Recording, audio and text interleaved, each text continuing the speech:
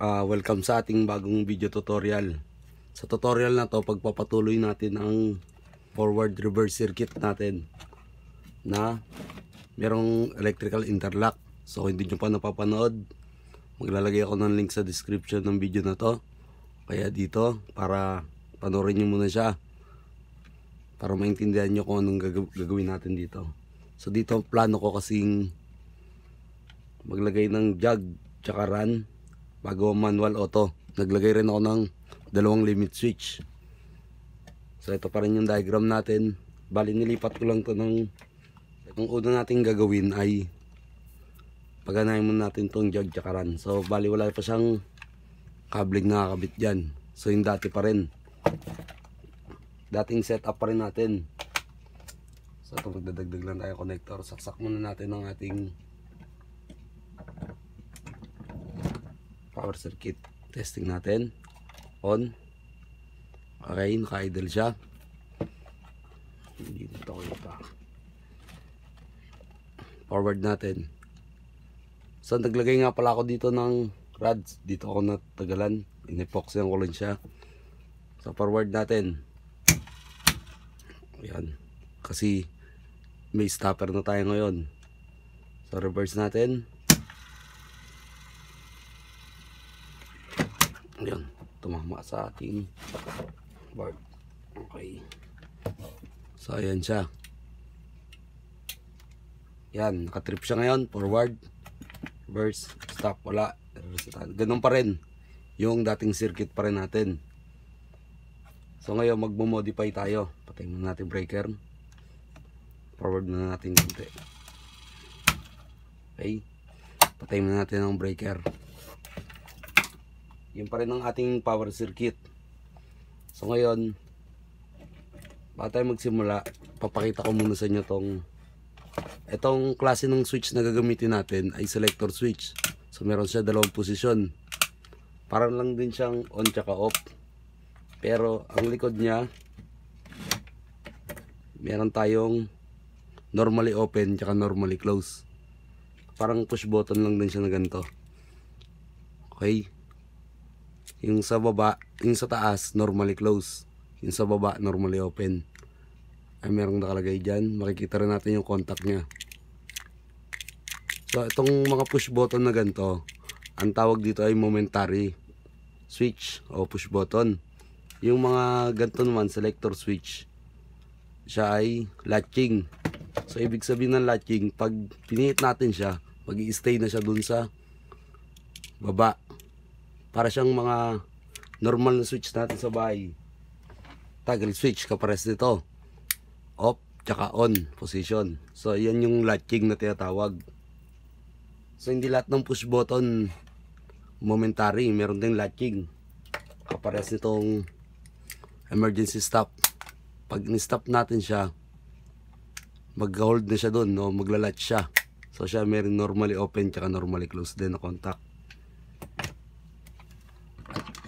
Ito push button din to. Ito naman yung halo switch, kalimitang ginagamit sa motorsiklo. So latching din siya, nag-hold din siya. Okay. So ang una natin gagawin, maglalagay tayo ng jug tsaka run. So yung jug, hindi siya mag-hold. Pag binatawan natin yung push button natin, pinindot natin, aandar siya. At pag binatawan natin, titigil na rin siya. Ito, yung gamit natin nung nakaraang diagram. So tatanggalin natin itong dalawang holding contact. So di-disconnect natin yan. Pag wala siyang holding contact, ayun yung dalawang number 3. Ito yan, number 3 na to, dalawa. Pumunta siya sa normally open ng forward, ito, tsaka normally open ng reverse. Yun. So pag tinanggal natin yan, subukan natin tanggalin. So ayan, tanggal ko lang yung dalawang number 3. So ito yan, itong number 3 ng normally open ng reverse, tsaka number 3 ng normally open ng forward. So kalas na siya. Ang kabila niyan, yan. Okay. Ngayon, energize natin. On ko ulit. Forward ko. Forward. Pag binibitawan ko, hindi na siya nag-hold. Reverse. Okay. Dahil tinanggal natin yung kanyang holding contact. So yan yung holding contact natin. Kung napanood nyo yung magnetic contactor natin at start-stop circuit, meron tayong holding contact palagi para mag-hold. So nagagawa na ng momentary push button natin yung latching effect pagka meron tayong holding contact. So babalik ko lang to. So para makontrol natin yung jog tsaka run, maglalagay tayo dito ng isang normally open na ng selector switch number 1 natin. So normally open yan. Saan siya pupunta? Siya yung pupunta sa number 3 natin. Pati yung isa. So dito. Tapos yung kabila niya pupunta sa number 3 rin. So yan yung siya yung magkakat sa holding contact. Pag naka-off siya, naka-jog, so naka-open to, naka-disable ang holding contact natin. Pag naka-on to, so yung normal pa rin na may latching. So para hindi tayo malito, babaguhin natin tagging natin. So ito gagawin natin 3A. Ito gagawin natin 3A. Ito, magkakaroon tayo dito ng contact. 3A din to. Tapos ito ay number 3. Ito yung ating selector switch number 1. So ito yan. Okay. Wire na natin. Anong una nating kukunin? So yung stop. Ito yung stop. Patay ba? Okay. 2. Bago lumabas ng 3. Paglabas niya ng 3, pumunta siya sa ano ba to? Reverse. Susundan natin. Pumunta siya ng reverse na push button. So ito yan.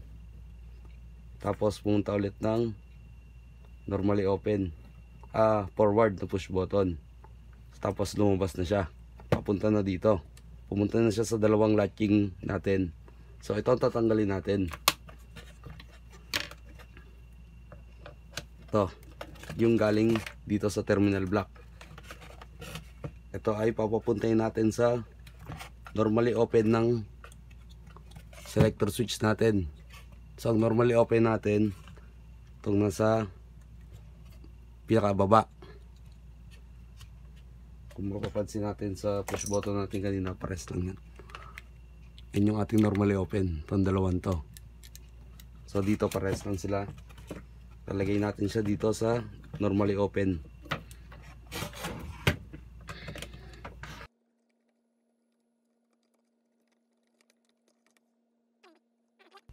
So bali itong normally open na to, ito na yan. Siya na ay 3A. So lagyan lang natin itong dagdag na marking 3A. Ito magiging 3A na rin to. Ito 3A rin to. Ito 3A na rin. Itong isa ay, so okay na tayo kagad sa 3A. Dalawang galing sa latching, pumunta sa terminal block. Paglabas ng terminal block, pumunta dito sa normally open. So kahit alin sa dalawa ng normally open, basta sa normally open. Tapos yung mga 3, sila pa rin yun. Pati pala tong terminal block natin, gagawin na natin 3A. Bali wala na tayong dumaan na number 3 dyan.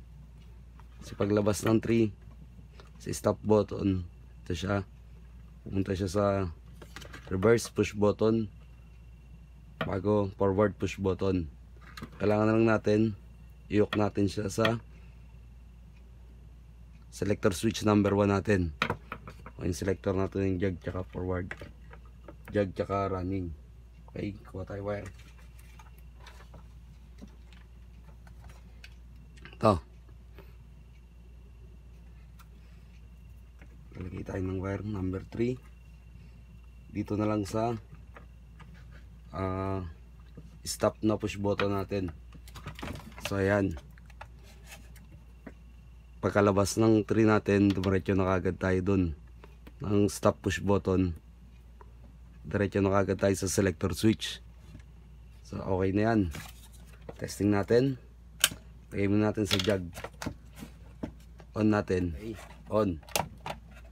So naka-jug tayo ngayon, forward, okay, reverse. Tingnan natin yan kung naka-trip. So naka-trip tayo ngayon, naka-jug, forward, reverse, run. So okay pa rin, bali walang apekto sa overload natin yon. Okay, run natin, forward, okay, stop, reverse, stop, jug, forward, reverse. So ganoon lang kasimple yung paglalagay ng jug tsaka run na selector switch. So bali kahit single switch pwede natin ilagay dito. Bali on off lang ang ginawa natin. So mas napili ko lang yung selector switch para mas maganda ang presentation. Pero kahit toggle switch pwede dyan, o single switch, depende yan sa gusto nyo. So dito tayo sa paganahin naman natin ngayon ang ating limit switch. So nakita nyo dito naglagay na ako ng dalawang limit switch. Siya ay X tsaka Y, X axis tsaka Y axis. So kahit anong pangalan natin dyan, so yun lang ang naisip ko. Bali pag nagpo-forward tayo, pakaliwa tayo, kaya kailangan i-stop ng X yung circuit ng forward. Pag pa-reverse naman tayo, pakanan tayo, kailangan i-stop ng Y yung circuit ng reverse. So ito yung limit switch, ginamit ko na ito noon sa tutorial ko sa mga switch. So simple lang siya. Makita natin, pag tinamaan natin to o ginalaw, pinindot, nalipat yung contact. So itong ilalim na to, siya yung common. Itong sa gitna, siya yung normally open. At yung sa taas, siya yung normally close. So ang gagamitin natin sa tutorial na to, itong dalawa lang, itong normally close, itong normally close, at itong common. So wire na natin. Paano pala muna natin siya ilalagay? So simple lang naman. Kapares lang ng interlock natin o electrical interlock. So itatabi lang din natin siya dun. Normally close, normally close.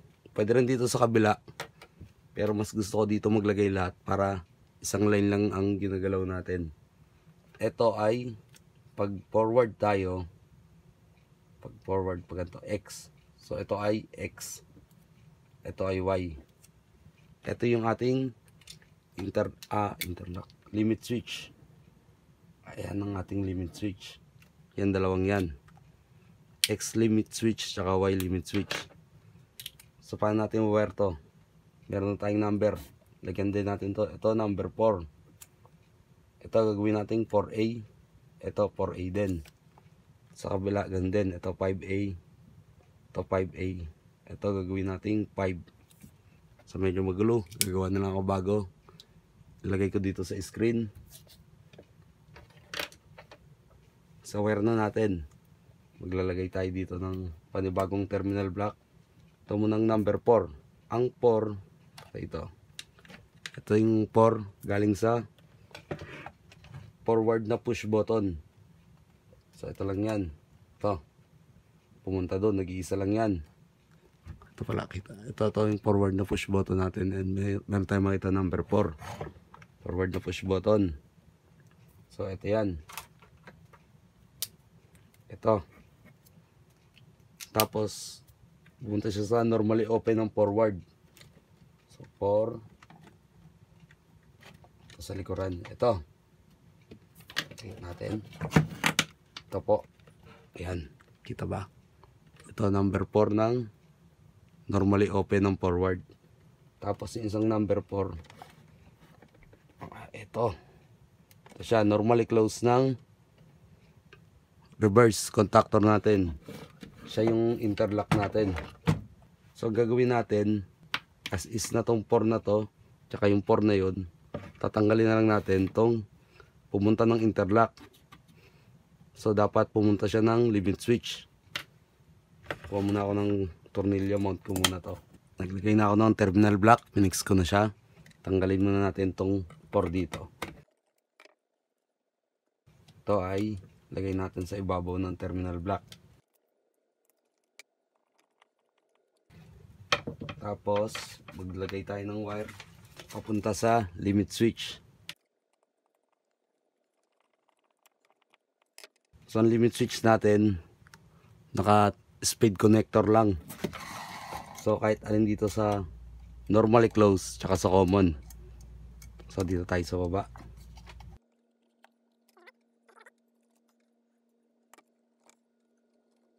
So bali nilagyan ko lang siya ng tukod na kahoy. Yung pinagbutasan ko lang din nung sa push button kasi natungo siya. Kasi lata lang itong brace natin. So isa pa. Ito ay number 4 nga rin pala. So siya yung nagpunta dito. Galing dun sa dalawa. Sa push button. Saka sa normally open. Pumunta sa X. So ito na yun.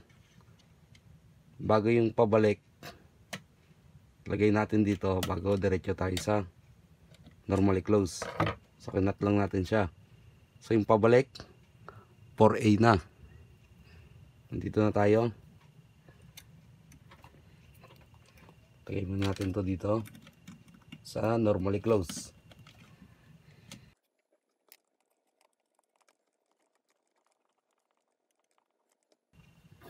Okay. Tapos isa pa. So ito yung bumalik na sa normally close na relay natin, 4A din. So yung kaninang kinat natin, dito lang siya. Okay na tayo sa 4 tsaka sa 4A. So dito naman tayo sa 5. Sa 5 ang gagawin natin parehas lang din. Dito galing siya sa push button ng reverse, punta sa terminal block. Tapos yung nilabasan ng 5 sa likuran, itong isa normally close. Yung isang number 5, ayun, nabunot. Okay, itong number 5, ito bali na sa normally open siya ng ating reverse contactor. Nabunot lang yung sa battery. Balik ko lang. Hindi natin gagalawin yung number 5 na yun. Ang gagalawin natin ay itong number 5 na to sa normally close. Ito yan, normally close ng forward. So tatanggalin natin siya dyan. Kapares ng ginawa natin sa kabila. Ganun din. Lagay natin siya sa terminal block. Tusok muna natin to. Ito. So ito ay number 5.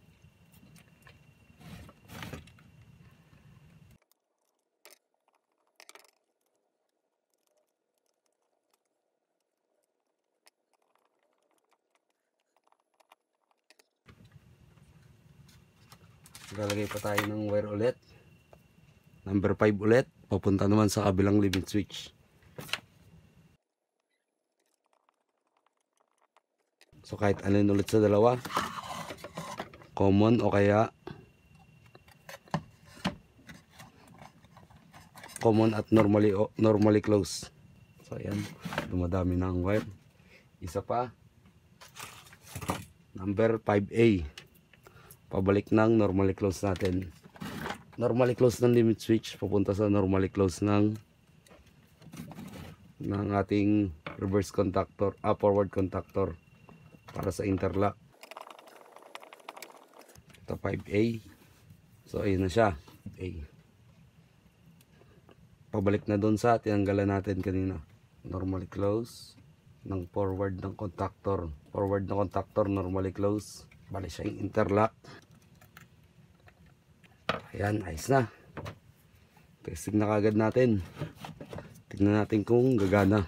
Okay tayo, normally close, normally close. Okay. Sa jug muna tayo. Testing kagad natin. On. Jug. Reverse. Ay, sala. Sumala na. Okay, patay muna. Isa pa. Testing ulit. So may nang klase yung lata ko lang siya minount. Reverse. Yan. Ayaw na mag-reverse. Forward.